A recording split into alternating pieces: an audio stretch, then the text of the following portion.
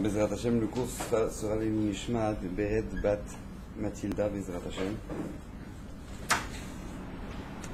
Alors, vous savez que nous abordons des parachutes qui sont très spéciales, particulièrement spéciales parce que tout simplement, non seulement pour la période qu'on est en train de traverser actuellement, comme l'a dit Raphaël Kanievski, je pense que vous êtes au courant, qu'on est dans un moment qui est vraiment propice pour l'arrivée du Mashiach Bezrat Hashem.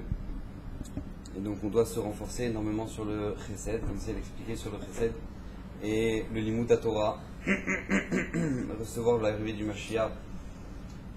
C'est pas quelque chose d'évident du tout, parce que vous savez que ça fait plus de 5000 ans qu'on attend, 5000 ans que toutes les générations ont passé, ont attendu ce moment-là. Et si Akadosh Baruch Hu a choisi notre génération, Bezrat Hashem, pour faire venir le Mashiach, alors il faut qu'on soit apte à le recevoir.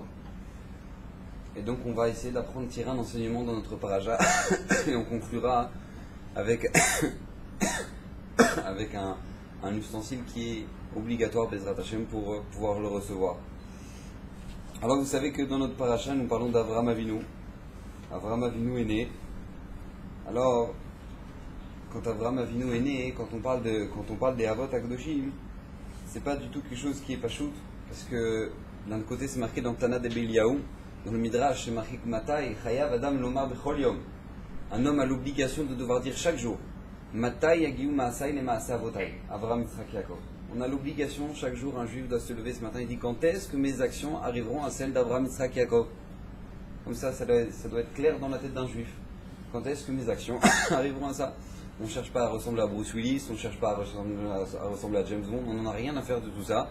Nous, on n'a qu'une seule sheifa. On aspire à une seule chose dans notre vie, c'est quoi ressembler à Avraham Yitzhak Yaakov. Et on demande à Kadosh Baruch Hu, on prie Hachem, Kadosh Baruch Hu, aide-moi à réaliser ce que je dois faire. D'un côté, donc c'est bien joli, on dit ça dans le Midrash, d'un autre côté c'est marqué, la Gemara nous ramène dans Choulin Matai que im Rishonim ke malachim anu ke bnei Adam. Si jamais les gens qui étaient avant nous, dans les générations précédentes, Rishonim, les premiers, étaient des malachim, alors nous, face à eux, on n'est que des Bnei Adam, on n'est que des hommes. C'est-à-dire que, pour se donner une notion, c'est-à-dire que on ne sait même pas ce que c'est qu'un malach. On sait qu'un malach c'est kadosh, c'est tellement kadosh qu'on ne le voit pas.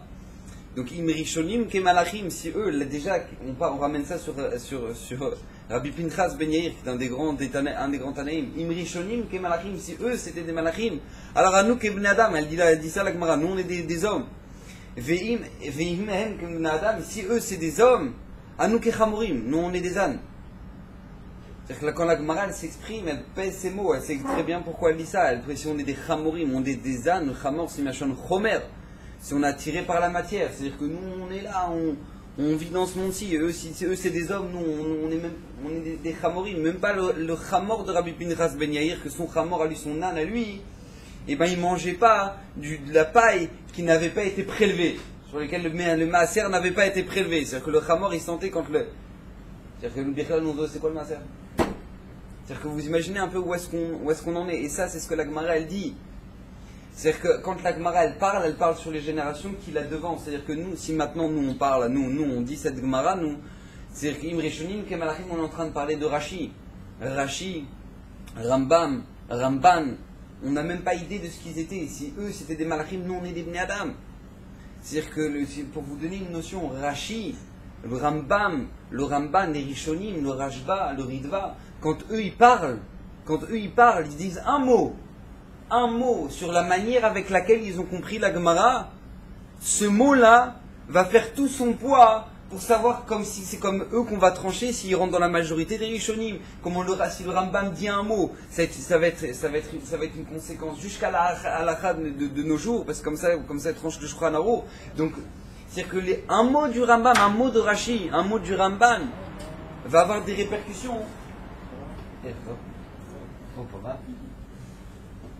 Il va avoir des répercussions sur toutes les générations, jusque maintenant. Comment nous maintenant on tranche la halakha, comment nous on vit la halakha au jour le jour. C'est-à-dire sur un mot d'un homme. Donc si eux maintenant c'est des malachim, nous qu'est-ce qu'on est? Nous on parle, on sait même pas ce qu'on dit, on sait même pas ce qu'on raconte, on dit des mots, on regrette ce qu'on a dit. On ne sait même pas ce que c'est que la valeur d'un mot. Eux, quand ils pesaient un mot, quand Rachid écrit un mot, ils savaient que c'était pour les dorés d'Orot. C'est-à-dire que pour vous donner une notion, une fois le Harizal, Ils sont partis voir, il y a des juifs qui étaient dans un village, en Eretz Israël, et il y avait une épidémie. Ils sont partis voir l'Arizal il voyait tout. Ils ont demandé, Kvodarav, comment ça se fait que maintenant, on a cette épidémie-là? Il a dit, le Arizal, parce que quand vous étudiez la Gemara avec Rashi, vous lisez pas les mots que Rashi ramène en français. Des fois, vous savez que Rashi ramène des mots en français. Vous les lisez, genre pour vous expliquer que Rashi, par exemple, on a vu par Rashi la semaine dernière, Noir. Quand ils ont commencé à construire la tour de Babel, ils ont commencé à construire des briques et des tuiles. Rashi dit tuiles. Vous lisez Rashi, il marqué tuiles en français. Rashi, alors tu dis quel intérêt? Rashi veut t'expliquer. Non, mais quand Rashi il a dit ça, tu sais pas ce que ça veut dire la gamatria de tuiles. C'est-à-dire que nous on n'est même pas là, mais là, tu as l'impression que Rashi t'a dit tuiles, tu as compris ce que ça veut dire tuiles, parce que tu es en français. Mais le Harizal, il a dit quand vous étudiez la Gemara, vous lisez pas les mots que Rashi il ramène en français. Mais on les comprend pas. Mais c'est pas ton problème. Tu sais même pas ce que c'est qu'un mot de Rashi. Rashi. C'est-à-dire qu'on n'a même pas de notion. Imri Shonim Kemalachim, nous on est des Bnei Adam. Alors je vous parle de Rashi, mais je vous parle même pas. Rashi commente la Gemara. C'est-à-dire les Amoraïm qui est marqué dans la Gemara. Il n'y a pas un seul Rav dont son nom est mentionné dans le Talmud qui faisait pas Triat Hametim. Ils faisaient tous Triat Hametim. Résurrection des morts. Pas de problème. Détente. Vas-y, lève-toi, Baba. Et ils se levaient. Résurrection des morts. Les Amoraïm. Et les Amoraïm, eux, ils viennent commenter les paroles des Tanaïm de la Mishnah. C'est Rabbi Akiva, Rabbi Shimon Bar Yochai, Rabbi Shimon, Rabbi Shimon Ben Shetar, tous les Rabbi Shimon Gamliel, tous ceux des Mishnayot, pour vous donner une notion de ce que ça veut dire Rabbi Akiva. À l'époque, les Gaulois, ils avaient découvert un phénomène extraordinaire, que tout simplement quand tu fais sécher la paille, et que tu la compresses, tu prends la paille, tu la compresses et tu la mets sur ton toit, et ben la pluie glisse dessus, et la pluie ne rentre pas dans ta maison. Donc à l'époque où les Gaulois ils ont découvert que ça valait la peine de prendre de la paille, de l'écraser et d'en faire des toits, des toits de paille, et ben Rabbi Akiva il est rentré au Pardès. C'est-à-dire que Rabbi Akiva il est rentré vivant dans le niveau le plus haut du Gan Eden, vivant, et il en est ressorti. C'est pour vous donner un peu une notion de qui on parle. C'est-à-dire que je ne vous parle même pas de David Ameller. Je ne parle même pas de David Ameller. C'est-à-dire qu'une fois, on est parti, le Rabbeinu Chaim et Brisk, on est parti lui poser une question. Les Talmidim, ils ont dit quand Machar il va venir, nous, on va regarder David Ameller, on va se cacher sous la table pour voir combien il étudie. Il a dit, mais dis-moi, tu crois que tu pourras regarder David Ameller comme ça? Mais tu vas t'approcher de David Ameller, tu vas brûler sur place. Tu vas brûler sur place. Mirov du château, il sera tellement kadosh, tu pourras même pas t'approcher de lui. De quoi tu parles? De quoi tu parles? C'est David Ameller, c'est-à-dire qu'on n'a même pas de notion de ce que c'était Moshe Rabbeinu, je vous parle même pas de Aaron, je vous parle même pas de...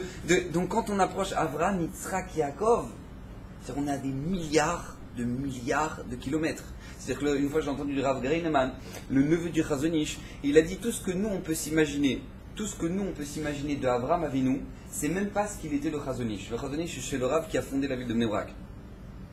Tout ce que toi, dans ton imagination, tu peux t'imaginer ce que ça veut dire Avraham Avinu, c'est même pas ce qu'il était le Chazonish. Donc on aborde des parachutes où maintenant on est en train de parler de gens que le Rambam il dit sur Avraham Avinu, Amud Haolam. C'était pas le pilier du monde. Le pilier du monde. Le Midrash il raconte qu'Akadosh Borou, le Midrash il pose la question, pourquoi Hachem il n'a pas créé Adam à la place de Adam Arishon, Avraham Avinu?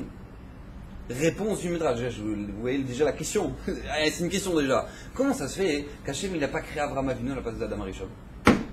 Réponse du Midrash, non, parce que si on avait créé Avraham Avinu depuis le début, et que Chas Veshalom, le monde se serait détruit, se serait détérioré, alors il n'y aurait personne pour récupérer la balance. Donc Hachem il a dû créer Adam Arishon, et après seulement Avraham Avinu qui va récupérer.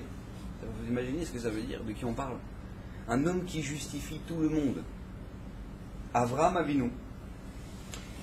Et donc, vous savez que le Midrash, Kedekar, il avait une tellement grande valeur, Avraham Avinu, que parce que tout simplement le Midrash, il nous raconte la naissance d'Avraham Avinu. Ouais, sa mère, c'est la mère d'Avraham Avinu, elle s'appelait Amtalai Bat Karnevo. C'est la mère d'Avraham Avinu, son père il s'appelait Terah. Et c'est marqué qu'au moment où maintenant, Nimrod, à l'époque, le roi qui régnait, c'était Nimrod. Et Nimrod, il va avoir très peur, il va voir dans les astres que va naître une neshama très spéciale qui va s'appeler Avraham Avinu. Il va s'appeler Avraham, et donc du coup, quand le jour où il va naître, Pachou, tout simplement, écoutez bien, la mère de Avraham Avinu, elle va l'accoucher dans une grotte. Vatelech El Amaral est partie dans une grotte. va tirer ta Mahara Meira Kashemesh. À ce moment-là, quand elle a accouché, elle a vu que maintenant, Pachout, la grotte, elle est devenue du soleil. Meor Penayelet, tellement l'enfant est brillé. Va Tismar Simcha Gdola.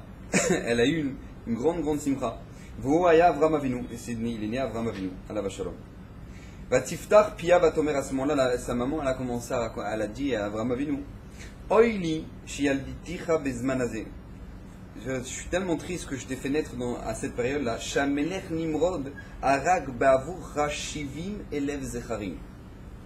C'est-à-dire qu'à côté, je crois que Paro c'est un petit joueur. C'est-à-dire que lui, Nimrod, il a tué 70 000 enfants garçons le jour de la naissance d'Avram Avinu parce qu'il ne savait pas lequel était Avram. Donc il avait un problème, donc il a tué tout le monde. D'accord, 70 000 enfants pour essayer de tomber sur Avram Avinu. Pour essayer de tomber sur Avram Avinu le jour de sa naissance. Donc nous, on a un problème. D'un côté, on nous dit, regarde, de chaque jour, nous on te demande de quoi que tes actions arrivent à Avram Avinu, mais de notre côté, on n'a rien à voir avec Avram Avinu. Alors la réponse, il faut que ce soit clair dans nos têtes. Qu'est-ce qu'on attend de nous? On attend de nous qu'au même titre que Avram Avinu, quand il est né, jusqu'au moment où il est mort, il a réalisé son potentiel au maximum. C'est marqué Avram Baba Yamim. C'est-à-dire quoi Avram Baba Yamim? C'est-à-dire qu'Avram Avinu, il n'a pas perdu une seule journée, pas une seule seconde de sa vie. Il n'a pas perdu, il avançait constamment. Il s'arrêtait jamais. Tout le temps, il avançait, il se construisait. Il voulait se perfectionner, il voulait être mieux, il voulait s'approcher d'Hachem. Nous on dit Avram Avinu, bah, c'est facile Avram Avinu, hein, il parle avec le bon Dieu. Vous savez qu'Avram Avinu, il n'a pas eu la première relation qu'il a eue avec Hachem, c'est à 75 ans. C'est-à-dire qu'avant ça, il était jeté dans la fournaise, le truc. Tout ça, Avram Avinu, il a vécu 75 ans, tout seul, contre tout le monde entier, sans jamais qu'Hachem lui ait parlé. Jamais Hachem lui a adressé la parole. Seulement quand il va avoir 75 ans, Hachem va lui dire Lech Lecha. Lech Lecha, quitte là où tu habites, va en Eretz Israël. À 75 ans, c'est-à-dire que c'est un homme qui va se battre, il va se battre seul. Donc, nous maintenant on doit comprendre comment un homme, et c'est ça qu'on va essayer de comprendre, et c'est ça que nous-mêmes on doit réaliser avec nous-mêmes. C'est-à-dire que c'est vrai, on ne peut pas ressembler à Avram Avinu, mais nous on doit se réaliser comme Avram Avinu l'a fait. Et on doit comprendre comment un homme qui est né, pour vous donner un exemple, c'est-à-dire c'est comme si tu prends un enfant qui est né en plein Tel Aviv, au milieu des homos, des mangeurs de cochons là-bas, il est né là-bas, en plein au milieu de la crasse, et là-bas, et ben il va devenir le super rabbin atomique. C'est-à-dire qu'il va grandir, et pas seulement maintenant il va se protéger de toute l'influence qu'il a autour de lui, pas seulement ça, mais il va influencer tout le monde. C'est-à-dire il va retourner le monde. Pour vous donner une notion, Avram Avinu, vous savez qu'il y a un klal dans les brachot. Dans les brachot, c'est une règle générale, qui est tout simplement, il y a les brachot courtes et les brachot longues. Par exemple, les brachot courtes, c'est Baruch Ata Hashem, Elokeinu melech haolam, shakol nהיה bidvaro. D'accord? Une bracha qui est courte, parce que tout simplement, c'est marqué qu'une seule fois le nom d'Hachem, Baruch Ata Hashem, Elokeinu melech haolam, une seule fois on mentionne la grandeur d'Hachem. D'accord? Maintenant, une bracha qui est longue, c'est par exemple Asher Yatzar. On dit Baruch Ata Hashem, Elokeinu melech haolam. Après, on finit par Baruch Ata Hashem, Rofech Kol Basar, Umafli Asot. D'accord? Donc on redit de nouveau une bracha. On rajoute une bracha à la fin. D'accord? On dit Baruch Ata Hashem, Elokeinu melech haolam. Et à la fin, on dit Baruch Ata Hashem, Rofech Kol Basar, Umafli Asot. Donc on redit à nouveau Baruch Ata Hashem. Écoutez bien le klal. C'est un klal qui est pour tout. Pour toutes les brachot. On ne peut pas faire une bracha autrement. Une bracha sur laquelle c'est marqué Baruch Ata Hashem, mais c'est pas marqué Elokeinu melech haolam. On n'a pas dit Elokeinu melech haolam, n'est pas une bracha. Par exemple, quelqu'un qui a dit Baruch Ata Hashem, shakol nהיה bidvaro. Il a dit tellement c'est tellement vite, c'est même plus ce qu'il a dit. Mais Baruch Ata Hashem, shakol nהיה bidvaro. En fait, il n'a pas dit Elokeinu melech haolam. La bracha, elle sert à rien. Bracha de batala. Il faut recommencer et dire Baruch Ata Hashem, Elokeinu melech haolam. D'accord? Tant qu'on n'a pas dit Elokeinu melech haolam, il n'y a pas de bracha, elle ne dit rien. D'accord? Donc c'est pour ça que dans les brachot longues comme Asher Yatzar, on commence par Baruch Ata Hashem Elokeinu melech haolam. Asher Yatzar eta Adam bechokma. Et après on dit Baruch Ata Hashem, Rofech Kol Basar Umafli Asot. Pourquoi à la fin on dit juste Baruch Ata Hashem, Rofech Kol Basar, on ne dit pas Elokeinu melech haolam? Parce qu'on l'a déjà dit au début. D'accord? Vous avez compris? C'est pas compliqué. Parce qu'on l'a déjà dit dans le début, on dit Baruch Ata Hashem Elokeinu melech haolam, Asher Yatzar eta Adam bechokma. Donc à la fin, quand on va conclure, on va dire Baruch Ata Hashem Rofech Kol Basar Umafli Asot. On n'a pas besoin de rajouter une nouvelle fois Baruch Ata Hashem Elokeinu melech haolam. Très bien. La Gemara elle demande, il y a un problème. Tout ça, tu poses une question. On a un problème. Dans la Shmona Esrei, dans la Hamida, Jamais, donc c'est que des Baruch Ata Hashem, Baruch Ata Hashem, Rochonenada, Akel Akadosh, Baruch Ata Hashem, Rochonenada, Baruch Ata Hashem, ah, d'accord. Donc normalement, si c'est que des brachot qui sont courts, parce que c'est normalement, au début, tu dois avoir une fois avec Baruch Ata Hashem Elokeinu Melech Haolam. Mais le problème, c'est que il n'y a jamais dans la Mida, tu te retrouves avec Baruch Ata Hashem Elokeinu Melech Haolam. Tu te retrouves qu'avec des brachot courtes et jamais il y a la bracha d'introduction. Elokeinu Melech Haolam. Nous dit Tosfot la réponse toute simple. Quand on commence la Mida, Hashem Sfatay Tiftar Ufiagit Elatcha Baruch Ata Hashem, Eloke Avraham, Eloke Yitzhak, Eloke Yaakov, quand tu as dit Baruch Ata Hashem, Eloke Avraham, c'est comme si tu as dit Baruch Ata Hashem, Elokeinu Melech Haolam. Tu as mentionné Avraham Avinu, c'est bon, tu as dit Elokeinu Melech Haolam. C'est-à-dire que c'est un homme qui va faire connaître le bon Dieu à tout le monde. Donc lui, il est né au milieu de la crasse là-bas, Tel Aviv, au milieu de là-bas, la poubelle, et maintenant lui, il va sortir, et pas seulement il va sortir, il va se protéger, mais il va sortir sadique, et il va influencer tout le monde. Mais d'où il sort ses forces? D'où il sort celui-là? Et nous, on doit se poser la question. Les Chachamim nous demandent d'être comme lui. Alors si on nous demande d'être comme lui, qu'est-ce qu'on doit faire? Comment? D'où il puise ses cohortes celui-là? D'où il sort? Avraham Avinu. La preuve, c'est que c'est quelque chose qui est tellement compliqué que la paracha de la semaine dernière, parachat Noach. Noach, il construit un bateau pendant 120 ans. Une construction de 120 ans. Pourquoi 120 ans? Nous dit la parce que tout simplement pour que tout le monde apprenne. Tout le monde voit. Mais qu'est-ce que tu es en train de faire, Noach? Voilà, je construis un bateau. Mais pourquoi? En plein désert, qu'est-ce qui t'arrive là maintenant en pleine terre? Qu'est-ce qui t'arrive de construire un bateau? Ben parce qu'en fait, tout simplement, là, c'est une catastrophe ce qui va se passer là, c'est chaud. Alors il dit, mais arrête, on délire. Bref, à chaque fois, les gens, pourquoi Hachem a voulu que ça prenne 120 ans? C'est parce que tout simplement pour que les gens fassent chouva, commencent à se réveiller, ça prend du temps. Réveille-toi, Baba, regarde ce qu'il est en train de construire Noach. Maintenant, comment c'est possible que Noach, au bout de 120 ans, il n'a pas fait un seul Baal Tshuva? Pas un seul! C'est-à-dire qu'il est parti avec lui, sa femme, ses 3 fils et leur femme. Bah, c'est tout ce qu'il y avait. C'est tout ce qu'il y avait dans le bateau. C'est-à-dire que c'est à 120 ans, le temps qu'il commence à se réveiller, il n'y a pas un seul, sur tout le monde entier, qui va se réveiller. Il n'a pas fait un seul Baal Tshuva. Noir. Comment c'est possible? Comment c'est possible? Alors vous savez qu'il y a une règle de base dans le marketing. Une règle de base, quand on fait du marketing, quand on fait du marketing en général, c'est que tout simplement, il faut être sûr de ton produit. C'est-à-dire que quand maintenant, toi, tu vas vendre au téléphone, ou tu vas vendre quelques produits que ce soit, il faut que tu sois certain de ton produit. Il faut que tu vives avec lui. Tu dors avec lui, tu rêves de ton produit. Voilà, il te rentre tellement dans la tête que quand tu vas parler, tu seras enchaîné tout de suite. Quand le client il va te poser des questions, n'importe quel détail, tu seras. Parce que si jamais toi, tu parles avec un client, tu dis, bon alors voilà, nous nous proposons un nouvel aspirateur, à ce moment-là, il dit, mais je ne comprends pas, qu'est-ce qu'il a de spécial cet aspirateur par rapport aux autres? Il aspire bien. C'est-à-dire que si toi maintenant t'es pas baki, t'es pas blindé dans ce que tu es en train de vendre, tu vas jamais vendre. Tu vas jamais réussir à vendre. Noach, c'est marqué qu'au moment où il est rentré dans la Teva, il est rentré à cause des eaux. Dit Rashi, pourquoi il est rentré à cause des eaux? C'est sûr qu'il est rentré à cause des eaux. Non, parce que lui il n'y croyait pas. Noach il croyait pas qu'il allait avoir le déluge. Donc c'est seulement les eaux qui l'ont forcé à rentrer dans la Teva. Mais comment c'est possible? Hachem il lui a parlé à Noach. Hachem lui a dit, tu sais, le bon Dieu il t'a parlé. C'est-à-dire quand le bon Dieu il t'a parlé, il va pas te faire une blague, une blagounette. Hachem il t'a parlé. Qu'est-ce que ça veut dire que tu crois pas? Comment c'est possible que tu crois pas? Noach, écoutez bien, Noach son problème, c'était en fait, il comprenait tellement la bonté d'Hachem, il voyait tellement la bonté d'Hachem, il dit c'est pas possible qu'Hachem il fasse un déluge, il va tuer tout le monde, il va détruire tout le monde, c'est pas possible. C'est pas possible, Hachem il est tellement bon, il peut pas faire ça Hachem. Hachem ne peut pas faire ça. Donc même si Hachem il lui dit, il se dit mais c'est pas grave, c'est Kilou, il veut l'échauffer, c'est fait chouva. Mais il va pas le faire, c'est pas possible qu'Hachem il fasse ça. Hachem il est que tort, il est que bon pour le monde. Hachem il pourra. Donc en fait Noach il a jamais vraiment été convaincu du Maboul. Donc comme il a jamais vraiment été convaincu, il a jamais convaincu personne. Donc maintenant un Baal Tshuva il l'a pas fait. Parce que tout simplement quoi? Il n'était pas convaincu du Maboul.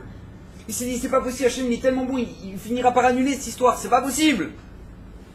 Avraham Avinu, il était tellement convaincu que tout simplement tout le monde entier, jusqu'à aujourd'hui, Aftachat Hashem, Parashat Hashavuot, je ferai grandir ton nom, il n'y a pas une personne dans le monde à l'heure d'aujourd'hui qui ne connaît pas Avraham Avinu. Un goy qui naît aujourd'hui connaît Avraham Avinu. Ça n'existe pas qu'un homme ne connaisse pas Avraham. Avraham Avinu. comment il a fait. Et on va essayer de comprendre ça, Bezrat Hashem, et de voir à travers la Torah comment il a réagi, comment nous on doit réagir et qu'est-ce qu'on doit en apprendre. Abraham Avinu, vous savez que déjà jeune, il avait la tête claire, Baruch Hashem, il avait compris qu'il y avait un Dieu sur terre, il n'avait pas de questions là-dessus, et il va commencer à réfléchir et analyser le monde qui l'entoure, la société dans laquelle il grandit. Vous savez que son père, Terach, son père c'était le bras droit de Nimrod. Nimrod, celui que je vous ai dit, qui va faire la tour de Babel, c'est celui qui va le jeter dans le feu. Il va être son fils, il va avoir un bras droit qui s'appelle Terach, et lui, son fils, c'est Abraham Avinu. Et Terach, lui, c'était le fournisseur officiel des statues, d'accord, des idoles. Fournisseur officiel des idoles. Donc lui, il avait un gros magasin, truc, sentier. Et donc lui, qu'est-ce qui se passe? Lui, Terach, une fois, il doit partir, il dit, mon fils, regarde, tu peux me relier, s'il te plaît, tu dois vendre des idoles aujourd'hui. Abraham Avinu, il ne fait pas de problème, vous connaissez, je pense, toute cette histoire. Abraham Avinu, il ne fait pas de problème, je te relis, le Midrash, Parashat Shavua, Parashat la semaine dernière, fin de Parashat la semaine dernière. Et qu'est-ce qu'il dit? À ce moment-là, il y a un vieux qui rentre dans le magasin et il lui dit, est-ce que vous pouvez me vendre une idole? Alors à ce moment-là, Abraham Avinu, il dit, mais quel âge vous avez, monsieur? Moi 75 ans. Il dit, mais c'est pas l'Archuma, vous avez 75 ans, on vient de la fabriquer aujourd'hui, l'idole. C'est-à-dire, vous servez une idole qui vient d'être fabriquée, vous avez 75 ans. Alors vous êtes un peu fatigué, quoi, quand même. Ça vous arrive, vous, maintenant. Et donc lui, il a tellement eu honte, il est parti. Et après, il y a une femme, elle arrive avec un plat de manger. Elle dit, voilà, est-ce que vous pouvez servir à manger aux idoles? Je veux un cadeau pour les idoles. Abraham Avinu, pas de problème, pas de problème. Il prend le plat, il le met au milieu du magasin. Il prend un marteau, il éclate toutes les idoles. D'accord? Il éclate toutes les idoles et il met le marteau dans la main du plus grand. Et à ce moment-là, son père Terach, il rentre. Mais qu'est-ce qui se passe? On se fait braquer? Qu'est-ce qui se passe? Alors il dit, non, pas du tout, papa. Il y a une embrouille dans les idoles. Il dit, pourquoi? Il dit, parce que tout simplement, elle arrivée, elle a voulu servir à manger. Maintenant, chacune a commencé à dire, c'est moi la plus vieille, c'est moi la plus grande, c'est moi la truc. Là, la plus grande, elle a pris le marteau, elle a éclaté tout le monde. Il lui dit, moi, tu me prends pour un imbécile ou quoi? Tu me prends pour un imbécile ou quoi? Il dit, mais attends, je comprends pas. Tu crois pas ou quoi? Tu crois pas à ce que je te dis? Donc comme ça, Abraham Avinu, il était en train, il rendait les choses ridicules. C'est-à-dire, il était en train de faire réfléchir. Mais c'est quoi votre délire? Encore une fois, nous, ça nous paraît un truc banal. On ne comprend même pas c'est quoi l'histoire, parce que nous, on n'a plus le Yetzerara. Le Sanhedrin, à l'époque du deuxième Beth Amikdash, nous a enlevé le Yetzerara de l'idolâtrie. Mais une fois, il y avait un rav qui s'appelait, je me souviens plus, dans la Gemara, chez Rav Shechet, il a dit, Bezrat Hashem, demain, je vous ramènerai une dracha de mon ami Ménaché. Ménaché, en parlant de Ménaché Améler, qui était un très très grand rachat, qui a fait fauter le Ham Israël, mais mortel. Et je vais vous ramener une dracha de mon ami Ménaché. Le roi Ménaché Améler, il lui est venu en rêve, il a dit, depuis quand je suis ton ami, moi? Je suis ton pote, toi? Je suis ton pote? Qu'est-ce que tu me parles comme ça? Qu'est-ce que tu parles comme ça, Tzad Midim? Je vais te ramener une dracha de mon ami Ménaché, mais je suis pas ton pote. Alors il dit, dis-moi, je te pose une question, comme ça il parle à la Moura, je te pose une question, quand tu fais un motzi les cheminaret, où tu coupes le pain? Où tu coupes le pain? Tu fais la motzi, tu prends les chalotes, un motzi les cheminaret, tu prends le couteau, tu veux couper les chalotes, où tu coupes dans le pain? Il dit, je sais pas. Il dit, tu sais même pas où on coupe le pain et tu es en train de me parler, mon ami ménager, de quoi tu parles toi? Alors il dit, alors dis-moi, comme ça demain je dirai à ton nom aux élèves. Il a dit tout simplement, tu prends l'endroit où c'est le plus cuit. Sur la chala, l'endroit où c'est le plus cuit, c'est là que tu dois couper le pain. Comme ça, il lui dit. Et il lui dit, sache une chose. Comme ça, il lui dit, Ménaché Améler. Il lui dit, si toi, tu avais été à l'époque où il y avait le Yetzerara de l'idolâtrie, tu aurais relevé je sais pas, ta djellaba, comment est-ce qu'ils avaient avant. Tu aurais relevé ta djellaba, tu aurais couru pour servir une idole. Comme ça, il dit à Rav Shechet, un des Amoura. Il lui dit, Ménaché Améler. On n'a même pas une idée ce que ça veut dire que le Yetzerara de l'idolâtrie. Et nous, on l'a plus. Le Sanhedrin l'ont enlevé, on n'a plus ce Yetzerara-là. Mais il y avait un très grand Yetzerara, et Abraham Avinu avait comme but, Tachlit, de casser tout ce Yetzerara. Maintenant, lui, Abraham Avinu, au moment où il a fait ça dans ce magasin-là, Nimrod, il entend ça. Nimrod, il entend ce qu'il a fait à Abraham Avinu. Il va le convoquer. Il lui dit, regarde, tu sais quoi, il va t'arriver des problèmes à toi. Donc je te conseille de te prosterner au feu. Parce qu'il servait le feu. Alors Abraham Avinu, il dit, moi je prosterne pas au feu, je me prosterne à l'eau. Il dit, pourquoi? Il dit, parce que l'eau c'est plus fort que le feu, parce que ça l'éteint. Il dit, alors prosterne-toi à l'eau. Il dit, non, mais si je me prosterne à l'eau, je me prosterne au nuage. Parce que c'est les nuages qui ramènent l'eau. Alors prosterne-toi au nuage. Il dit, non, parce que si je me prosterne au nuage, je me prosterne au vent, parce que c'est le vent qui ramène les nuages. Alors prosterne-toi au vent. Mais le problème, c'est que c'est le bon Dieu qui ramène le vent. Alors à ce moment-là, Nimrod il fait d'accord, tu veux jouer au... Et il le balance dans la fournaise. C'est le moment où Abraham Avinu, il se retrouve balancé dans la fournaise. Parce que tout simplement, il ne sait plus quoi faire Nimrod avec lui. Et donc là, le fameux miracle où Abraham Avinu va vivre dans la fournaise, il ne va pas être touché par les flammes. Il va ressortir, de là va sortir un grand Kiddush Hashem.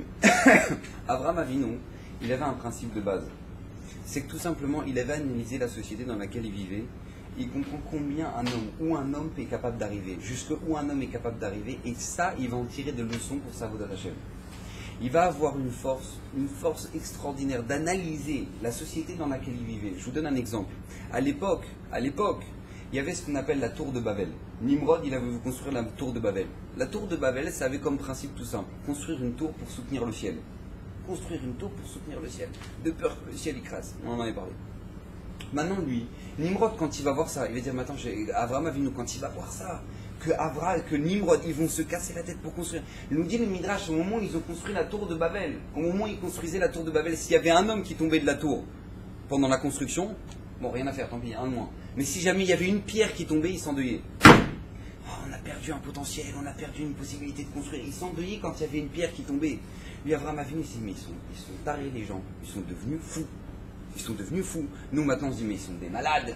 Vous savez combien dans notre société, à nous, les gens, ils sont capables de faire une chose pareille? Combien ils font passer leur travail avant leur famille? Leur travail avant leur famille. Les gens, ils vont travailler, ils vont s'acharner, ils vont truc. Et quoi, et ta femme, tu ne vois pas? Et tu lui dis pas, hein, mon gentil, ah ça va, je suis fatigué. Mais j'ai pas compris, pour qui tu travailles? Pour qui tu travailles toute la journée? Pour qui? C'est pas pour ta femme, tes enfants, pour vivre. C'est pour qui? C'est simple, tu travailles pour travailler. Mais alors là, il y a un gros problème.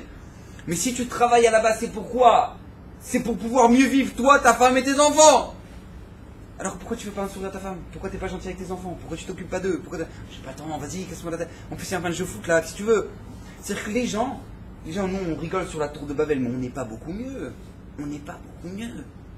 Abraham Avinu, quand il va voir qu'il grandit dans une société où maintenant on donne toute l'importance à quoi?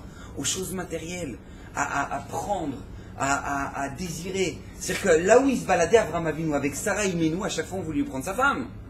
À chaque fois on voulait lui prendre sa femme. Parashat Hashavua, il descend en Mitzraïm. Là-bas il dit, tu sais Sarah, regarde, tu vas dire que t'es ma soeur, parce que si jamais tu dis pas que t'es ma soeur, on va me tuer. On va me tuer parce que tout simplement on va vouloir te prendre comme femme. Donc dis que t'es ma soeur, comme ça on va pas me tuer. Vous imaginez dans la société dans laquelle il grandissait? C'est qu'il va descendre chez Paro, après il va y avoir tout le miracle avec le malheur qui va éclater Paro. À ce moment-là, Paro il va se réveiller, il va dire d'accord, ok, très bien, je te rends Sarah, pourquoi tu m'as pas dit que c'était ta femme? Maintenant pars! Paro lui dit maintenant pars! Il le renvoie de Mitzraïm. Pourquoi nous dit Rashi? Pourquoi il se fait renvoyer de Mitzraïm? Parce que tout simplement il a dit ne reste pas ici, parce qu'ici ils vont vraiment te buter. Ils vont vraiment te tuer pour prendre Sarah. C'est-à-dire qu'il lui dit pars! Maintenant lui il part, il arrive chez Abimelech, encore une fois, tu sais, dis que t'es ma soeur, parce que le problème c'est que si tu dis que t'es ma femme, ils vont me tuer. La même chose. Après, qu'est-ce qui se passe? Dans la Parashat Hashavua, il y a la guerre des 4 rois contre les 5 rois, où son neveu Lot, il va être pris. Il vient un homme qui s'appelle Og, il vient annoncer à Abraham Avinu, tu sais Abraham, il y a un problème, ton neveu là, il a été pris. Il a été pris dans la guerre. Pourquoi, nous dit les Rashi, pourquoi Og il est venu annoncer à Abraham Avinu que Lot il a été pris dans la guerre? Écoutez bien, pourquoi? Parce qu'il s'est dit tout simplement, si Abraham Avinu il va faire la guerre, il va se faire tuer, et moi je me marie avec Sarah. C'est-à-dire que Abraham Avinu, il grandit dans une société de malades mentaux. Qu'est-ce que va faire Abraham Avinu? Il va dire, mais si déjà des hommes, ils ont une telle force pour faire n'importe quoi dans leur vie, pour faire n'importe quoi, pour prendre, pour désirer, pour utiliser ce monde-là à leur propre escient, ne pas voir Akadosh Baruch Hu. Alors moi, toutes ces forces-là, je vais les prendre pour servir Hachem. Il va proclamer à tout le monde le nom d'Hachem. À quel écart? C'est marqué au moment où Nimrod il est né. C'était bien, c'est marqué par Chat Noir. Vekush il a chez Nimrod. Kush il a eu comme fils Nimrod. Ou Achel Liot Gibor Baaretz. Nimrod il est devenu Gibor Baaretz. Ou Aya Gibor Tsaïd, c'était un grand chasseur.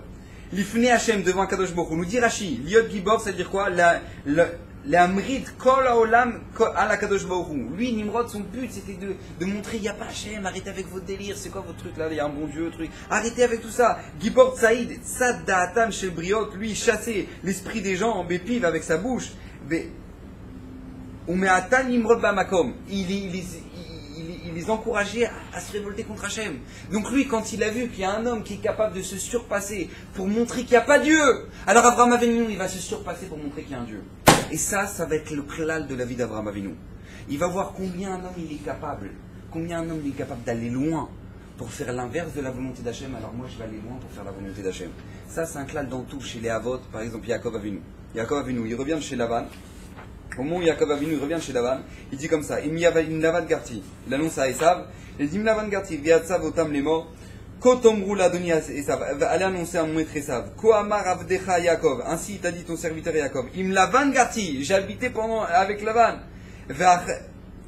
Va'acher Adata, et j'ai tardé jusqu'à maintenant, nous dit Rashi, Lavan Garti, Gamatria Tariak, 613, Garti 613. C'est-à-dire quoi? Je t'annonce que j'ai gardé les 613 mitzvot. Nous dit Rashi, écoutez bien. Velo lamati mima savaraim. Et j'ai pas appris de ces mauvaises actions. Nous, comment on comprend ça? J'ai pas appris, Baruch Hashem, j'étais sauvé, j'ai pas appris de Lavan. Il dit quelque chose d'extraordinaire. Il dit Yaakov, il a un regret. Yaakov, il a un regret là maintenant. J'ai habité chez Lavan et j'ai pas appris de ces mauvaises actions. Yaakov, il est en train de dire, je regrette de ne pas avoir appris de lui. Parce que si j'avais vu combien cet homme-là, cette pourriture, il est capable de faire des efforts pour m'embrouiller, pour me voler, pour me changer les femmes, si j'avais vu combien il est capable de penser, il ne dormait pas la nuit pour m'embrouiller, alors moi j'aurais pu apprendre comment j'aurais pu avoir la force dans la Torah. Si lui, un homme, il est capable de se défoncer autant pour faire du mal, moi je dois en apprendre combien je peux grandir grâce à ça. Moi je dois en apprendre, et ça c'était la règle de la Déhavot. Avraham Avinu, il est né dans une époque de Nimrod qui faisait la guerre contre Hachem, lui il va proclamer devant tout le monde qu'il y a Hachem. Yaakov Avinu, il va voir combien Lavan il est tordu, et ben il veut apprendre de lui pour montrer combien on doit être droit. Et lui, Yaakov qui va être le Emet. Titen Emet le Yaakov, lui il va être le Emet, la vérité, l'inverse de Lavan. Où il va grandir, Yaakov, où il va grandir, d'où il va sortir. Israël, Yaakov il va changer son nom d'Israël quand il va ressortir de chez Lavan. Parce que Sarakol il a vu combien Lavan il est tordu, il a compris comment nous on doit être droit. Moshe Rabbeinu, il demande le Ramban, comment c'est possible que Moshe Rabbeinu, Moshe celui qui va nous libérer, celui qui va faire descendre la Torah du Har Sinaï, lui, il va grandir dans la maison de Paro. Lui, il va grandir dans la maison de cette pourriture. Cet homme-là qui fait 150, il égorge 150 bébés le matin, 150 bébés le soir pour se faire des bains de sang pour problème de peau. Lui, il va grandir chez Paro. Moshe Rabbeinu. Écoutez bien ce yesod extraordinaire. Moshe Rabbeinu, il a vu qui c'était Paro. Il a vu c'était quoi l'orgueil, Moshe Rabbeinu. Il pouvait, pour atteindre la modestie de l'homme le plus modeste qui existe sur terre, il fallait qu'il grandisse chez l'homme qui se prend pour un dieu. Il fallait que Moshe Rabbeinu il passe dans la maison de Paro. Il fallait qu'il vive ça. Regarde ce que c'est qu'un homme qui se prend pour un dieu. Lui, il se prend pour le bon Dieu, le mec. Il se prend pour le bon Dieu. Regarde ce que c'est qu'un homme qui se prend pour le bon Dieu. Et bien, grâce à ça, il va enlever tout l'orgueil qui peut exister chez lui. Moshe Rabbeinu n'aura plus rien à voir avec l'orgueil parce qu'il sait que si jamais maintenant il a un soupçon d'orgueil, regarde comment ça termine. Regarde où est-ce que ça peut aller. Moshe Rabbeinu, il va grandir chez l'homme qui est le plus harzari, le plus cruel qui est possible, qui est Paro, qui en a rien à faire. Il n'y a plus de briques, on va prendre un bébé, on va le mettre à la place des briques. Il n'y a pas de problème. Moshe Rabbeinu, il va grandir dans cette maison-là, de là il va apprendre. Qu'est-ce que ça veut dire d'être miséricordieux? Ça va être Moshe Rabbeinu qui va prier, qui va implorer Hachem pendant 40 jours, 40 nuits, pour que nous, on puisse continuer à exister, Rabotaï, après la faute du Vaudor. Hachem, il voulait en terminer avec nous. Et qu'est-ce qui va se passer? Moshe Rabbeinu va implorer Hachem 40 jours, 40 nuits. Mais d'où il sort un Kohar? Tu veux défendre une personne, 40 jours, 40 nuits, un peuple 40 jours, 40 nuits, sans manger, sans boire, en haut du Har Sinaï. Implorer Hachem, la miséricorde d'Hachem pour que nous, on existe. Mais qui c'est qui est capable de ça? Un homme qui a grandi chez le plus grand de tous les cruels du monde, qui était Paro. Parce que Moshe Rabbeinu, il a vu jusqu'où est capable d'aller la cruauté, jusqu'où on peut en avoir rien à faire de l'autre. Alors Moshe Rabbeinu, il va construire chez lui, combien je dois en avoir à faire de l'autre, combien je dois me soucier de mes frères. Ça ne peut que être là-bas que Moshe Rabbeinu va grandir. Vous savez que la particularité de l'âme Israël est comparée au poisson. L'âme Israël comparé au poisson. Moshe, Yaakov, au moment où il bénit les Shvatim, il est comparé au poisson. Pourquoi on est comparé au poisson? Pourquoi? Parce qu'au moment où maintenant le ruisseau il est en train de couler, au moment où le courant il est en train de couler, le poisson il va à contre-courant. La particularité du poisson, c'est qu'il va à contre-courant. Si le poisson il va avec le courant, sachez, vous verrez à la surface, il sera bientôt mort. La particularité du poisson, c'est qu'il nage à contre-courant, continuellement. Regardez dans un aquarium, tout le temps le poisson il est en train de nager à contre-courant. Ça, c'est le Ham Israël. La force que nous, on peut avoir, c'est tout simplement avoir cette capacité-là de nager à contre-courant, tirer des leçons de ce qu'on voit. Vous savez que pendant des années en Israël, ou partout dans le monde, pendant des années, ils ont fait une grosse erreur. Ils ont fait une analyse. Ils étaient persuadés tout simplement que les enfants qui sont nés dans des familles où les parents ont divorcé, eux-mêmes ont de grandes chances de divorcer, plus que les enfants qui sont nés dans des familles où les parents ne sont pas divorcés. Comme ça. Pourquoi? C'est une grande erreur. Agave, c'est une erreur. C'est pas vrai, c'est faux. Mais ils pensaient comme ça, que les enfants qui sont nés dans des familles divorcées, de parents divorcés, ont plus de chances de pouvoir. D'où elle vient l'erreur? D'où elle vient leur erreur? Je vous explique tout simplement. Parce que tout simplement, eux, ils ont pris des pronostics, d'où ils ont leurs pronostics, de gens qui ont des problèmes de couple. Ils ont regardé tous les gens qui ont des problèmes de couple, ils ont vu que la majorité vient tout simplement de gens qui avaient des parents divorcés. D'accord? Mais c'est faux, parce qu'en fait, le problème, c'est quoi? C'est qu'ils ont pris que les gens qui ont des problèmes de couple. Mais surtout les gens qui n'ont pas de problème de couple, on leur a jamais demandé eux. Et surtout les gens qui n'ont jamais eu de problème de couple, la plus grande probabilité, c'est quoi? C'est qu'il y en a beaucoup qui viennent de gens de familles divorcées. Pourquoi? Parce que les gens pensent qu'à partir du moment où ils ont vécu le divorce de leurs parents, alors ils reproduisent la même chose. Or, dans la majorité des cas, c'est faux. Quand un enfant, il a souffert de voir ses parents se disputer, et bien lui, il va aspirer qu'à une seule chose dans sa vie. Ne pas reproduire ça chez lui. Ne pas reproduire ça chez lui. C'est une nature qu'on a, nous. On possède ça en nous. De manière naturelle. Quand on a vu nos parents se déchirer, alors on ne veut pas, nous, créer ça, faire ce mal-là qu'on peut avoir en ayant souffert et le produire chez nos enfants. On ne veut pas que nos enfants revivent ça. C'est une nature qu'on a tous. Donc chez nous, on a ce potentiel-là d'aller à contre-courant quand on souffre d'une situation. Quand on souffre d'une situation. Rabotai, on arrive dans une génération où il y a... C'est-à-dire que maintenant, à partir du moment où maintenant toi tu as des valeurs, tu deviens ridicule. À partir du moment où tu es tsniout, c'est-à-dire que tu es bloqué. D'après, tu es keblo, ça là. C'est-à-dire que tu es tsniout, tu es tsanoua, on dit keblo. On dit que tu as de la valeur, tu es ridicule. C'est-à-dire que maintenant, toutes les valeurs, elles sont complètement bafouées. C'est-à-dire que maintenant, des gens, ils sont payés 20 000 shekels, 40 000 shekels pour dire des âneries à la télé. Et plus ils disent de lourdeur, plus ils sont payés. Plus ils sont payés. Mais chez nous, ça doit bouillir. Chez nous, ça doit bouillir. Au même titre que ça a bouilli chez Avraham Avinu, au même titre que ça a bouilli chez Yaakov Avinu, au même titre que ça a bouilli chez Moshe Rabbeinu. On ne veut pas ça, Chazal Shalom. Hachem Ishmael. C'est pas ça qu'on veut chez nous. On ne veut pas ça. Et cette révolte-là qu'on peut avoir, de ne pas vouloir ça, ça va nous donner le courage d'avancer. Ça va nous donner le courage d'avancer. C'est ça notre motivation qu'on doit avoir. Mais on ne veut pas ressembler à ça, Hachem Ishmael. Hachem Ishmael, jusqu'où ça peut aller? La non-limite. Alors ils pensaient avant, jusqu'à encore il y a, je sais pas moi, 40 ans, 50 ans, ils pensaient que, bon allez, la non-limite, ça va jusqu'aux boîtes de nuit. Ça va. Maintenant, après, ils se sont rendus compte que le problème, c'est que la no-limite, c'est les homos. Après, ils se sont rendus compte que la no-limite, c'est les homos qui se marient. Après, ils se sont dit que la no-limite, c'est les homos qui se marient, qui ont les enfants. Et jusqu'où ça va aller, Rabotai? Jusqu'où ça va aller? Jusqu'où ça va aller? Nous, quand on entend une chose comme ça, qu'est-ce qui doit se passer chez nous? Une révolte intérieure. Nous, notre système, il doit fonctionner à l'envers. Mais dehors, c'est une poubelle. Moi, je veux que ma maison, ce soit le côté chakotagim. Moi, je veux que ma maison, ce soit la doucha. Dehors, c'est la poubelle. Moi, je vais mettre un écran chez moi, plasma, pour ramener la poubelle chez moi. Après, je jette par la fenêtre. Hachem Ishmael, moi, je mets des mezuzot, idour de idour. C'est ça que je veux. Les gens, ils ne comprennent pas comment c'est possible qu'un homme, ils prenne... Allez voir les religieux, allez voir Abnei Brak avant Sukkot, comment ils prennent le hétrog, ils regardent, et qu'il n'y ait pas un point noir. C'est ça, c'est un cara.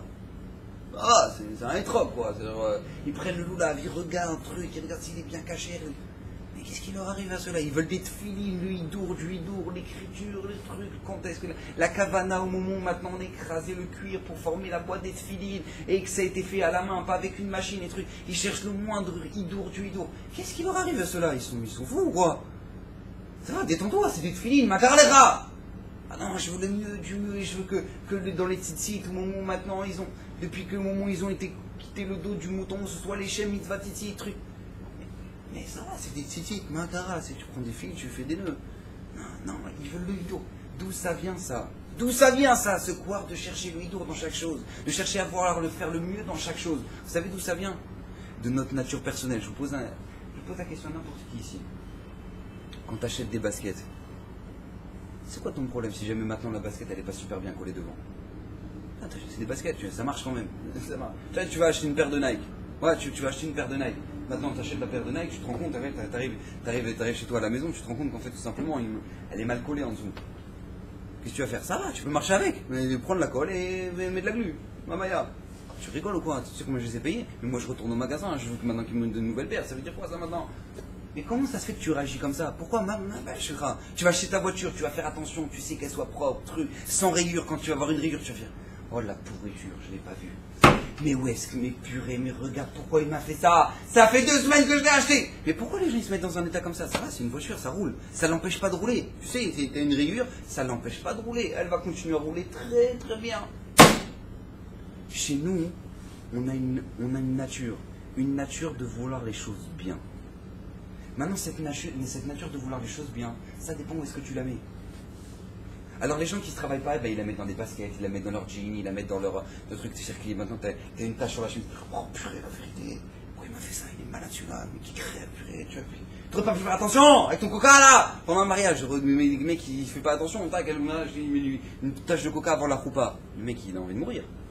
Il va rester comme ça toute la roupa. Ça va, ça va. Qu'est-ce qui t'arrive? Ça va, détends-toi, t'inquiète pas, c'est une chemise, t'es pas à poil, tu restes bien, makaradecha. Pourquoi? Parce que tout simplement, chez nous-mêmes, chacun de nous, on a une nature de vouloir les choses bien, les choses propres, les choses bien. Mais maintenant, tout dépend dans quoi tu vas le mettre. Alors, il y en a qui vont le mettre dans des baskets, il y en a qui vont le mettre dans les tefilines. Il y en a qui vont le mettre dans les tefilines. Il y en a, ils en ont rien à faire. Les trucs. Tu sais combien il y a des rabbinim, des talmidim, des chachamim, ils sont en train d'étudier au collège, tu les sors dans la rue, ils arrivent avec un chapeau trop petit pour eux, tu le vois. Et en fait, ils étaient tellement dans la souga que quand ils sont arrivés pour reprendre leur chapeau, ils ne se sont même pas rendus compte, ils ont pris le chapeau à côté. Ils n'ont pas pris leur chapeau, ils ont pris le chapeau de l'autre, ils ne se rendent même pas compte. Ils se rendent même pas, parce qu'ils ne sont pas là, ils n'ont rien à faire de ça. Sur quoi ils font attention? Sur leur souga. Sur quoi ils font attention? Sur leur tefilin. Sur quoi attention? Sur leur mezuzot. C'est là-dessus qu'ils mettent toute leur force. C'est là-dessus qu'ils mettent toute leur force. Et c'est là-dessus qu'on doit mettre toutes nos forces. C'est là-dessus que nous maintenant on doit se surpasser. C'est sur ces détails-là. C'est sur ces détails-là. La Gemara elle ramène une histoire. Je crois que j'ai déjà ramené. Il y avait une histoire, il y avait un homme qui s'appelait Rabbi Shimon ben Shetar. Rabbi Shimon ben Shetar, un des grands sages du Ham Israël, il était extrêmement pauvre. Extrêmement pauvre. Il avait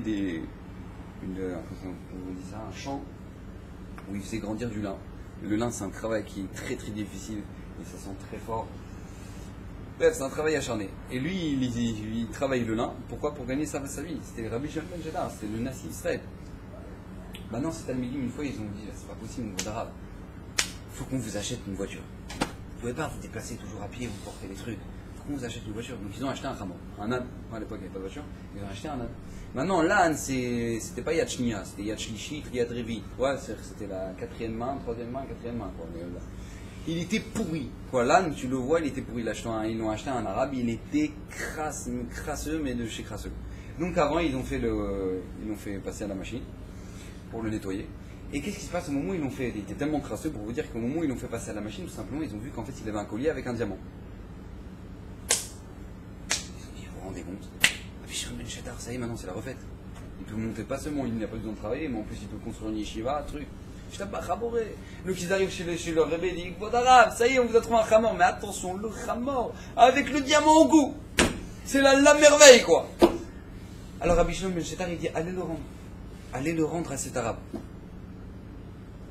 Kvod Arav, excusez-nous, vous nous avez appris la halakha. Gezel la goy, voler un goy, c'est interdit. Vous savez, voler un goy, c'est interdit, il sort Torah de voler un goy. Mais, taout goy, c'est moutard. Si le goy maintenant il a rendu plus de monnaie que ce qu'il devait, moi j'ai rien dit, et ben c'est moutard. Lui maintenant il m'a vendu un chamor et qu'il n'a même pas fait attention qu'il y avait un collier, c'est pas mon problème, c'est moutard. Maintenant c'est à nous, et c'est à Pialacha. Allez lui rendre. Allez lui rendre. je veux pas moi. Moi je veux pas. Je vais imaginer, c'est-à-dire qu'il va continuer à travailler dans le lin et toute la galère et tout ça. Je veux pas. Pourquoi? Parce que tout simplement, quand ils vont aller rendre le Hamor à l'arabe, qu'est-ce qu'il va dire? Il va voir, quoi? Lui, il me rend un collier en diamant. C'est-à-dire qu'il ne veut même pas le garder, je ne savais même pas. Baruch Eloké Rabbi Shimon ben Shetar. Béni soit le Dieu de Rabbi Shimon ben Shetar. Quand ils arrivent, les Talmidim, ils racontent ça à Rabbi Shimon ben Shetar, il dit voilà, c'était Kedaï pour ça. Qu'il ait dit que cet arabe a dit Baruch Eloké Rabbi Shimon ben Shetar. Les Mefarshim me pose la question, parce que voilà, le principal, la raison pour laquelle on vit, là on apprend une Midrash, une Gemara dans Yerushalmi aussi, mais pourquoi on vit? Pour être sanctifié le nom d'Hachem, Kiddush Hachem. Les Mefarshim me posent la question, ils disent j'ai pas compris, pourquoi l'arabe il parle de Dieu? Il peut dire, ah, béni soit Rabbi Shimon ben Shetar, béni soit Rabbi Shimon ben Shetar. Non, il dit, Baruch Eloké Rabbi Shimon ben Shetar. Béni soit le Dieu de Rabbi Shimon ben Shetar. Quel rapport maintenant avec Hachem? Quel rapport? Qu'est-ce qu'il a à faire Hachem dans l'histoire maintenant? C'est Rabbi Shimon ben Shetar qui a fait ça, c'est pas le bon Dieu. Ah, c'est Kachour. Ils disent, les Mefarshim, écoutez bien. Les Mefarshim, ils ont dit, quand l'arabe il a vu ça, il a vu qu'un homme, il est capable de prendre une richesse, une telle richesse, et de la rendre, bien que la personne n'a même pas fait attention à ça, cet homme-là, il peut que servir Hachem. Ça peut que être une force divine. C'est pas possible qu'un homme il fasse une chose pareille. C'est pas possible qu'un homme il fasse une chose pareille.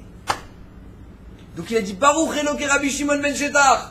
Parce que ça c'est la force qu'on peut avoir, c'est la force qu'un juif il peut avoir. Un juif il a la force de faire des choses divines, de faire des choses qui sont divines. Rabotaï, de faire des choses qui sont divines. On ne se rend même pas compte ce que ça veut dire que faire une bracha. De faire une bracha. Qu'est-ce que ça veut dire faire une bracha? Combien ça vaut dans l'Olam Haba? Combien maintenant, tu peux faire une bracha? Ça ne ménage pas sur tout le monde entier. Une fois, Baba Sal, il était dans une voiture. Baba Sal, il était dans une voiture. Il était derrière un camion qui transportait des boissons. Il lui dit, j'ai soif. Appelle-le, arrête le camion. Alors, lui, qu'est-ce qui se passe? Le chauffeur, tu ne discutes pas avec Baba Sal. Tu ne vas pas construire à Godara, arrêtez, on va arrêter un chemin mort. Non, tu fais ce qu'il te dit, quoi. Donc lui, il essaie de lui faire une queue de poisson, il essaie de le bloquer, maintenant le semi-mort qui... Il arrête, il le bloque. Maintenant, lui, le camionneur, il est prêt à lui arracher la tête, poliment. Donc il descend pour les... Il dit, je suis désolé, j'ai Baba Salé dans la voiture. Il a soif. Il dit, mais tu te fous de moi, là, j'ai pas compris. Tu m'arrêtes sur l'autoroute avec un semi-remorque parce que t'as soif. Mais tu es un malade, parce que le rabbin il a soif, mais qu'est-ce que tu veux que je fasse moi maintenant? Déjà c'est pas ma cargaison, qu'est-ce que tu veux que je fasse? Qu'est-ce que tu veux que je fasse? Maintenant le camion il repart, révolté les trucs, hein, il repart. Maintenant peut-être 400 mètres plus loin, le camion il descend, hein, ouais, un accident, le camion dans le ravin, le mec mort. Maintenant, lui le chauffeur il voit ça, il dit, ah vous l'avez tué? Mais faut pas le tuer pour ça, le pauvre, qu'est-ce qu'il a fait? Alors Baba Saleh il a dit non, mais je voyais le malach Hamavet qui tournait sur le camion, je le voyais. Et je voulais le dénouer, le sroud du mitzvah. Le sroud du mitzvah, ça l'aurait sauvé. Ça vous imaginez de quoi on parle? De quoi on parle? Où est-ce qu'il est le Ham Israël? Où est-ce qu'on en est? Quand Avraham Avinu, il se battait contre une génération de gens pourris, une génération. Mais pourquoi il se battait? Pourquoi il se battait? Il se battait pour être normal. Il se battait pour qu'on soit normal. Il se battait pour qu'on soit normal. Avraham Avinu, il a fait une guerre, pas parce que maintenant, il faut être amar, et faut être... Il dit, mais sois quelqu'un de normal au moins. Regarde où est-ce que le monde, il est capable d'aller. De vendre un rein. L'autre chinois, là, il a vendu un rein pour acheter un iPad. Mais vous vous rendez compte, mais où est-ce que l'être humain, il est capable d'aller, Rabotai? Mais où est-ce que l'être humain, il est capable d'aller? Avraham Avinu, il a fait la guerre contre ça. Il a fait la guerre contre ça. Amoud Haolam, parce que tout simplement, il justifie le monde. Il explique pourquoi le monde il a été créé. Si on n'a pas les Avot Akdoshim, on ne comprend rien à ce qui se passe dans ce monde. On est d'une société où maintenant, il n'y a plus de valeur. Il n'y a plus de valeur de ce que c'est que le mariage. Il n'y a plus de valeur de ce que c'est qu'une fille. Il n'y a plus de valeur de ce que c'est qu'un garçon. Il n'y a plus de valeur de ce que c'est qu'avoir des enfants. Il n'y a plus de valeur de rien. Il n'y a plus de valeur de rien. Chacun fait ce qu'il veut. Tout le monde s'en fout de tout. Tout le monde s'en fout. On peut critiquer n'importe qui, on peut cracher sur n'importe qui. Il n'y a plus de valeur de rien. Et c'est contre ça qu'on doit se battre. Mais ça, on doit apprendre de nos Avot Akdoshim. Quand on dit quand est-ce que nos actions arriveront à celles d'Avraham, Yitzhak, Yaakov? C'est quoi? De quoi on parle, Rabotai? De quoi on parle? On parle de cette capacité-là de se révolter contre ce qui se passe actuellement. De ce qui se passe, la non-valeur qu'il y a dans le monde. Les jeunes, ils croient qu'ils peuvent cracher sur tout le monde. Ils croient qu'ils peuvent cracher sur tout le monde et on peut cracher sur tout le monde et voilà, et sur ta mère, et sur ton père, et sur ton...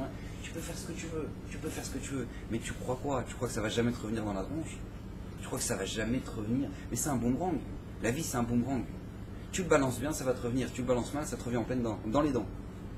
Dans les dents. C'est comme ça que ça se passe.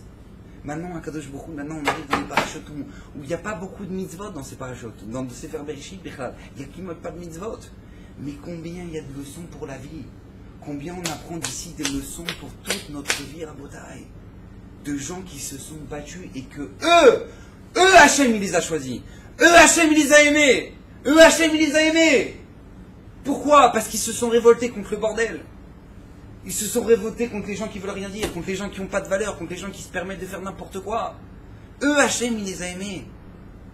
Et c'est à ça qu'on doit aspirer dans notre vie. Rabbi, c'est marqué. Je vous dis, je vais conclure avec ça, Bezrat Hashem. Parashat Hashavua. Akadosh Baruch Hu, il dit à Avraham Avinu, Kadosh Baruch Hu, il dit à Avraham, le premier psukim de la parasha, Vayomer Hashem el Avraham, lech lecha me'artzecha u'molatecha u'mbet avicha el haaretz asher ereka. Ve'asecha legoy gadol. Moi je te ferai un grand peuple. Ve'averecha, je te bénirai, ve'gdela shemecha, je ferai grandir ton nom, ve'yeh bracha, tu auras la bracha. Nous dit Rashi, c'est bien ce que nous dit Rashi. Ve'asecha legoy gadol, ça veut dire, zo sheomrim Elokei Avraham. Quand dans la Amida on dit Elokei Avraham, Elokei Yitzchak, Elokei Yaakov. Vasecha legoy gadol, c'est ça qu'on dit, Elokei Avraham. Vavarika, je te bénirai, Ze sheomrim Elokei Yitzchak, c'est ça qu'on dit, le Dieu d'Yitzchak. Vegdalecha shemecha, et c'est ça qu'on dit que maintenant, je te ferai grandir ton nom, Ze sheomrim Elokei Yaakov. On ne va pas rentrer exactement qu'est-ce que ça veut dire. En tout cas, ces trois expressions là, c'est ces trois brachot qu'Akadosh Baruch Hu donne à Avraham, c'est toi, je te donne une bracha sur toi, Yitzchak et Yaakov. Et c'est ce qu'on dit dans la Mida. Est-ce qu'on va croire que maintenant dans la Mida on va finir par Baruch Ata Hashem Elokei Yaakov ou Elokei Avraham, Elokei Yitzchak? Est-ce que maintenant on dit Baruch Ata Hashem Magen Avraham? On pourrait dire Baruch Ata Hashem Magen Avraham, Yitzchak et Yaakov. Non, on conclut par Baruch Ata Hashem Magen Avraham. Pourquoi? Parce que tout simplement le pasuk qui finit il dit Ve'yeh bracha. C'est quoi? Becha chotmin velo baem. Avec ton nom on termine. Quand on dit Baruch Ata Hashem Magen Avraham, c'est par ton nom on termine et pas par leur nom à eux. Alors j'ai entendu au nom du Oev Israël Meopta. Oev Israël Meopta, il dit, dans ce Rashi là, il se cache une allusion à notre époque qu'on est en train de traverser maintenant.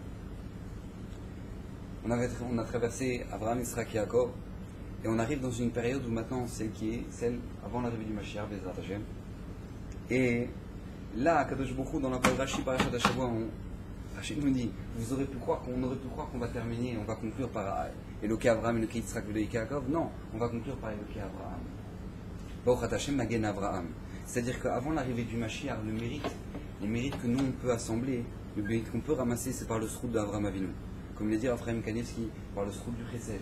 Avraham Avinu, c'était Amoud HaChesed. Par le sroud d'Avraham Avinu. Et le Rabbi Shimon Shkop, il disait comme ça, écoutez bien ce qu'il disait, il dit on est dans une période où maintenant on est tous des petits Avraham Avinu. Pour beaucoup de gens, leur père c'était rare. Et maintenant, eux, ils vont faire une révolution. Et comme on voit dans notre génération, mamash, des centaines, des milliers Baruch Hashem de Baal et Teshuvah. Des gens qui se réveillent. Ça, c'est Becha Chotmim. Par toi, on va terminer. Par toi, l'histoire du monde va terminer avant l'arrivée du Mashiach. Toi, Avraham. Cette force-là de se réveiller dans un monde qui est complètement tordu. Dans un monde qui est complètement tordu. Et je voudrais juste terminer. J'ai beaucoup hésité avant de vous ramener ces paroles-là. Mais je me suis dit quand même que ça vaut la peine de les écouter. Parce qu'on est obligé de se réveiller parce que Mashiach va venir. Donc je voudrais quand même vous conclure avec des paroles du Chafetz Chaim. Le Rav Aaron Kotler, il a parlé avec le Chafetz Chaim. Il a eu des zochés de connaître le Chafetz Chaim. Et il raconte qu'au moment de la Première Guerre mondiale, les gens venaient voir le Chafetz Chaim. Et ils ont dit, Rav, cette guerre mondiale là, c'est la fin des temps, c'est Mashiach. Alors le Chafetz Chaim, il leur disait non. Après cette guerre là, il y aura une autre guerre. C'est le Chafetz Chaim. Vous imaginez le roi HaKodesh. Après cette guerre, la Première Guerre mondiale, il y aura une autre guerre. L'année où il est mort, le Chafetz Chaim, Hitler il est monté au pouvoir. Il y aura une autre guerre. Et après cette guerre-là, il y aura encore une autre guerre et Mashiach viendra. c'est la Chafetz Chaim. Maintenant, je vous ramène les paroles du Chafetz Chaim, dites par le Rabbi Nathan Meir Weitfogel, qui était le mashgiach de Likoud aux États-Unis, qui même lui témoigne sur les paroles du Chafetz Chaim. Beizdamout achetz v'siper hamashgiach. Écoutez bien, chez Shama Rabbi Aaron Kotler, qu'il a entendu Rabbi Aaron Kotler, qui lui a parlé avec le Chafetz Chaim. Sheyesh lo kabbalah mi Chafetz Chaim, il a entendu le Chafetz Chaim. Shamilchama acharona tiyeh atchalata de Geoula. La dernière guerre qu'on vivra, ce sera le début de la Geoula. Ou ben Torah amiti, shemuvdal ou menutak minagoyim en alav shum shlita.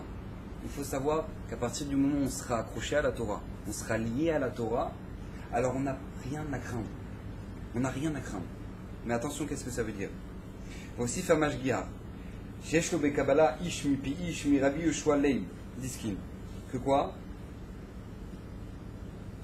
Shamar shebemilchama acharona kodem biat hamashiach. Tous les juifs qui seront appelés Mishmuvdal Minaamim, les juifs qui sont appelés Muvdal Minaamim, qui sont séparés des autres peuples, Inatsnu, eux ils sont exactement ce qu'on a dit aujourd'hui. Muvdal Michukot Amim, les juifs qui seront sauvés de la culture des Goïm. Enlo Shayachut Imatarbut Shelaim, ils n'ont rien à voir avec les Goïm.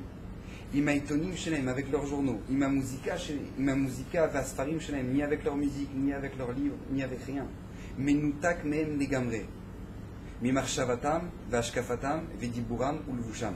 Ils n'ont rien à voir ni dans leurs pensées, ni dans leur manière de parler, ni dans leur manière de s'habiller. On n'a rien à voir avec le Goïm. Ceux qui n'ont rien à voir avec ça, ils n'ont rien à craindre. Vekeshashama Pamachat Diburim al ben yeshivat al ptitzat atom. La première fois que quand le mashgiach il a entendu les bachurim parler sur la bombe atomique, comment on pourra sauver de ça, de la bombe atomique? Amar hamashgiach sicha shlema lebnei yeshiva. Il a dit à la yeshiva une sicha entière. Ben Torah shoel shelot kaelu. Comment un juif il peut poser une question? Comment un ben Torah, quelqu'un qui étudie la Torah, il peut poser une telle question? Comment on va être sauvé? Ben Torah shemuvdal umefurash minaamim, un ben Torah qui sera séparé des goïm, en lo shum chashash sakana, il n'aura rien à craindre. Ou muftar bemea achou sheinatzel, il sera sauvé à 100% de cette guerre. Vein basé shum makom le sheila velo sfekot. Écoutez bien, il a raconté le mashgiach, shepa machat imtin achafetz chaim eser dakot. Le matin, quand le chafetz chaim il a fait ses brachot du matin, il a attendu 10 minutes. Beshtika, dans le silence, l'ifne sheber shelo asanigoy. Quand il a fait la bracha le matin, il s'est levé, il a fait la bracha du matin. Je ne sais pas si vous imaginez ce que ça veut dire. Il a attendu 10 minutes, réflexion de 10 minutes avant de faire la bracha shelo asanigoy. Ou la charmiken, et après ça, ber et anagato. Le Chafetz Chaim il a expliqué pourquoi il a fait ça. Écoutez bien les paroles du Chafetz Chaim. Badakti et atzmi, j'ai vérifié sur moi-même, etev, comme il faut. Im en bishum nekuda shel goy. Si je n'ai rien à voir avec les goyim. Verak acharkar birarti et abracha. Et après seulement, j'ai fait la bracha. Rabotai, c'est exactement la shkafa qu'on doit avoir dans notre génération. Exactement ça. Et ce qu'Abraham Avinu nous apprend. Nous devons, au même titre que les goyim développent des forces extraordinaires pour faire leur lourdeur, pour faire tout ce qu'ils veulent. Je me rappelle une fois, il y avait un garçon à l'Yeshiva, il pleurait, je m'en souviens, je me souviens, il pleurait le soir, avant d'aller dormir, il pleurait. Et je lui dis, mais pourquoi tu pleures? Qu'est-ce qui t'arrive? Ta mère, elle te manque. Ah, ça va, j'ai 20 ans. Il dit, pourquoi tu pleures? Il dit, parce que je me rappelle que quand j'allais en boîte à Ibiza, c'est bien, je me rappelle que quand j'allais en boîte à Ibiza, je trouvais la force de ne pas dormir toute la nuit. Et maintenant que je suis allé Yeshiva, je suis fatigué le soir. Je suis fatigué le soir. Comment je vais racheter ça? Comment je vais racheter ça? Parce que c'est exactement ce qu'on a dit ce soir. Au même titre que les goïms, ils ont une force extraordinaire de pouvoir développer des forces extraordinaires pour faire des choses terribles. Nous, ces forces-là, on doit en tirer des leçons, on doit en apprendre pour en faire dans la doucha. Pour en faire dans la doucha. Pour en tirer des leçons et pour Bezrat Hashem sanctifier le nom d'Hachem. Comme il dit Raphaël Kanevski, on doit se renforcer sur l'étude de la Torah et sur le Gmilut Rassadim. Faire du bien autour de nous. Bezrat Hashem, qu'on puisse le faire comme il faut. Kadosh Baruch Hu nous aide. qu'Akadosh Baruch Hu nous donne le Shefa, la Bracha, qu'on puisse sauver Bezrat Hashem de la Milchama de Gog ou Magog, que Mashiach puisse venir comme il faut, et que vous ayez beaucoup d'Atzlacha Bezrat Hashem.